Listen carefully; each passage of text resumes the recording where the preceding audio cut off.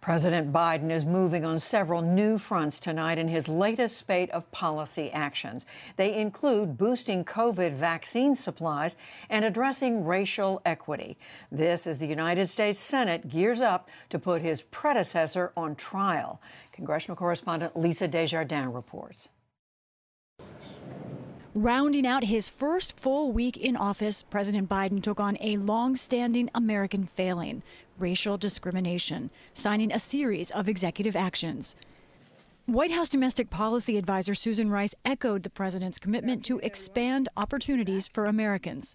These aren't feel-good policies. The evidence is clear. Investing in equity is good for economic growth, and it creates jobs for all Americans. Mr. Biden targeted 4 areas: housing, federal prisons, tribal sovereignty, and harassment and discrimination against Asian Americans and Pacific Islanders. The racial problem overlaps with the health one, with communities of color hit hardest by the coronavirus and government response. A CNN analysis of 14 states concluded that white Americans are getting COVID vaccines at more than twice the rate of blacks and Latinos. In the afternoon, the president announced that governors will receive 16% more vaccine doses next week, a total of 10 million. This is going to allow millions of more Americans to get vaccinated sooner than previously anticipated. We got a long way to go, though. The new administration is also watching the Capitol, where the U.S. Senate was busy today confirming Anthony Blinken as Secretary of State. Inside, the yeas are 78, the nays are 22. The nomination is confirmed. As outside, Vice President Harris conducted a ceremonial swearing-in of new Treasury Secretary Janet Yellen. And committees continued moving through a stack of other cabinet nominees. Rhode Island Governor Gina Raimondo as Commerce Secretary, and Alejandro Mayorkas nominated for Homeland Security Secretary. He won committee approval, moving him closer to confirmation.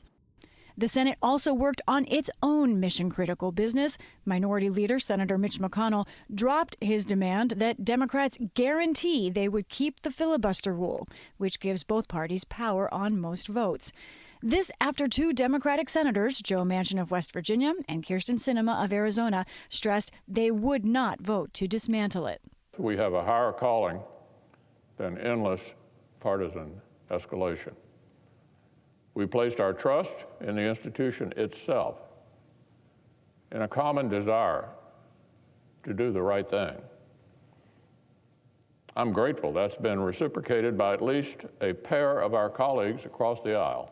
Now all sides expect an agreement allowing the new 50-50 Senate to fully function. Majority Leader Senator Chuck Schumer. I'm glad we're finally able to get the Senate up and running. My only regret is that it took so long, because we have a great deal we need to accomplish over the next several weeks and months. And there was more news. House managers last night delivered the article of impeachment to the Senate. As a result, senators were sworn in as jurors today for the second impeachment trial of former President Donald Trump. Republican Senator Rand Paul of Kentucky challenged the trial as unconstitutional for targeting a president now out of office and his speech. Who hasn't used the words fight figuratively? And are we going to put every politician in jail? Are we going to impeach every politician who has used the words fight figuratively in a speech? Paul raised a point of order, but the Senate rejected his challenge on a mostly party line vote. As impeachment moves forward, a growing recognition that it is an uphill effort. President Biden told CNN last night he did not think there would be enough Republican votes to convict Mr. Trump.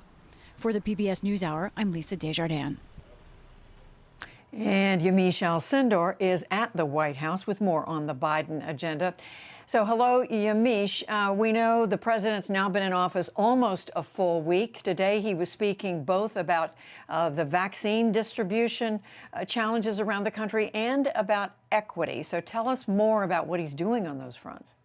Well, President Biden is ramping up vaccine distribution around the country, and he's also pledging to put equity and fighting systemic racism at the center of everything that he does. On the COVID vaccine and the response that he's doing, he said he's increasing weekly vaccine supply to states, tribes, and territories by 16%. He's also increasing the total U.S. vaccine order by 50%, from 400 million doses to 600 million doses.